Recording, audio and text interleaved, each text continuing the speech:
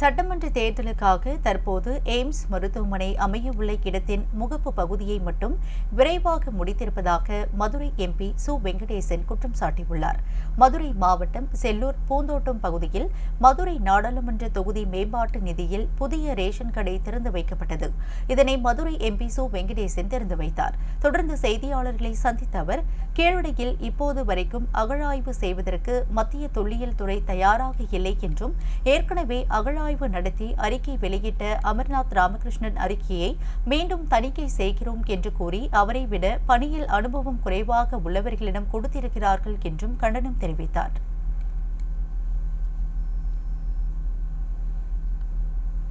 மத்திய அரசினுடைய துறையான ஏஎஸ்ஐ, இந்திய தொல்லியல் துறை இப்போ வரைக்கும் கீழடியில் அகழாய்வு நடத்த தயாராக இல்லை.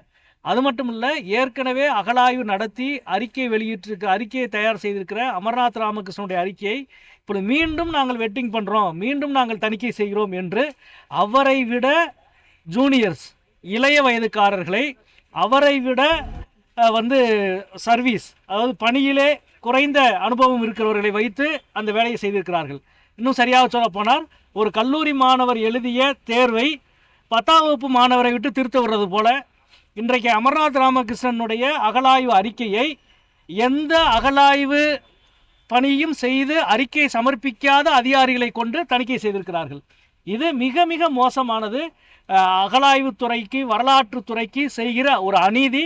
அதை தாண்டி தமிழ்நாட்டினுடைய வரலாறு வெளிவந்துவிடக்கூடாது என்பதில் மிக கடுமையாக அவர்கள் தயாராக இருக்கிறார்கள். நாளைக்கு நம்முடைய மாண்புமிகு குடியரசு துணைத் தலைவர் சிபி ராதாகிருஷ்ணன் காசி சங்கமம் நிகழ்ச்சியை நிறைவு செய்வதற்காக ராமேஸ்வரத்துக்கு வருகிறார். காசி சங்கமம் நிகழ்ச்சியை நிறைவு செய்ய ராமேஸ்வரத்துக்கு வருகிற இந்திய குடியரசு துணைத் தலைவர் கீழடி அகழாய்வு மியூசியத்துக்கு போவாரா, கீழடி மியூசியம் அருங்காட்சியகத்துக்கு கீழடி அகழாய்வு முடிவை வெளியிடுவதற்கு முயற்சி செய்வாரா என்பதை தமிழ்நாட்டு மக்களின் சார்பாக நான் மரியாதைக்குரிய குடியரசு துணைத் தலைவரை கேட்டுக்கொள்கிறேன். எய்ம்ஸ் மருத்துவமனை 45% நிறைவேற்றிருக்கா சொல்றாங்க. பொங்கலுக்கு திறக்கப்படுற ஒரு தகவல் வெளியாயிருக்கு. பாக்குறீங்க? கண்டிப்பாங்க. நாடாளுமன்ற தேர்தலுக்கு முன்னாடி அவசரமா ராமர் கோவிலை திறந்து பணியே முடிக்காத, முழுமை பெறாத நிலையில் கூட எப்படி நாடாளுமன்ற தேர்தலுக்கு அதை பயன்படுத்தினார்களோ, அதே போல சட்டமன்ற தேர்தலுக்காக இப்பொழுது எய்ம்ஸ் மருத்துவமனையுடைய முகப்பு பகுதியை விரைவாக முடித்து ஒரு திறப்பு விழாவுக்கு அவர்கள் தயாராகி கொண்டிருக்கிறார்கள் என்பதை பார்க்கிறோம்.